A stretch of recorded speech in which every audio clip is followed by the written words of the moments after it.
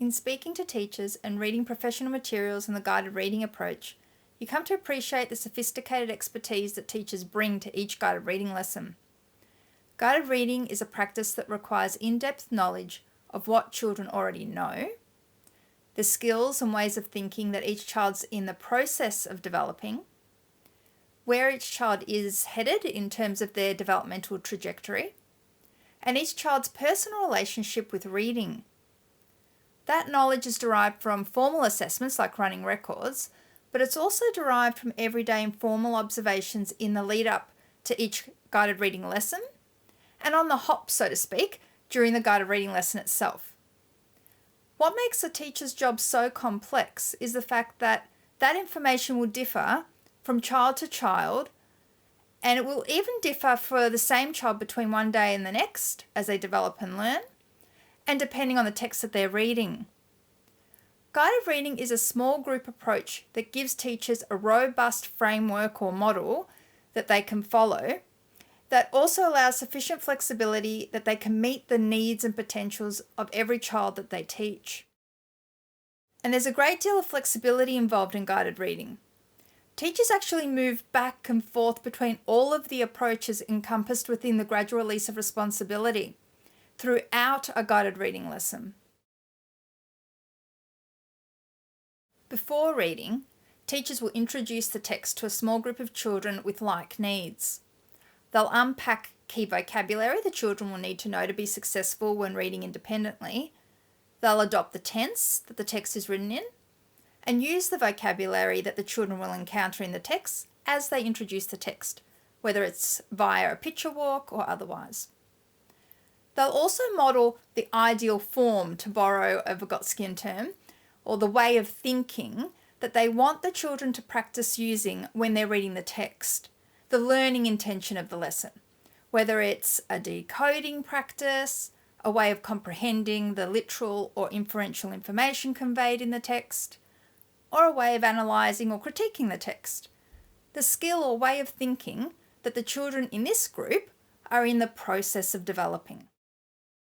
The introduction won't be a strict demonstration, however.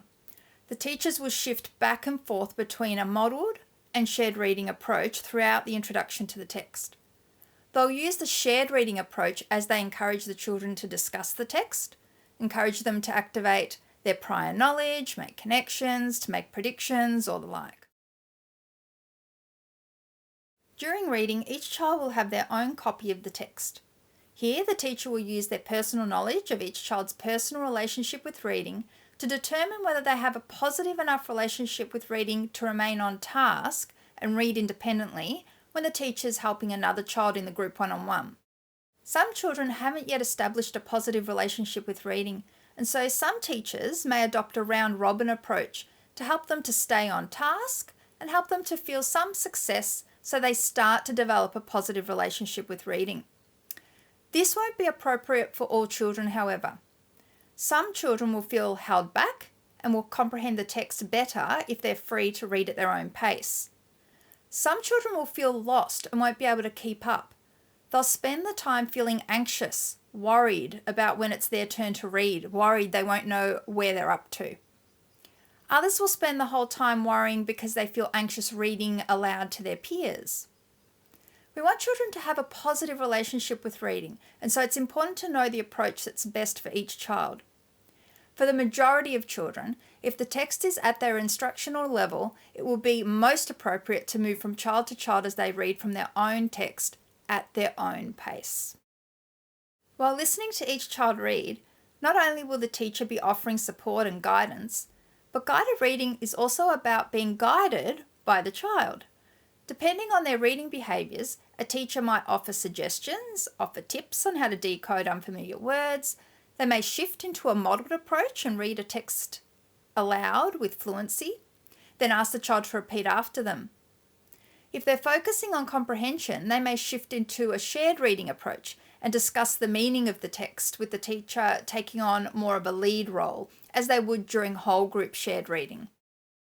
For children who have read through the text quickly, while the teacher's listening to others read, they may be encouraged to pair up with a buddy in the group and to read the text together, or to discuss the text's meaning together using the collaborative reading approach, peers supporting and learning from peers, as the teacher continues their one-on-one conferencing with another student.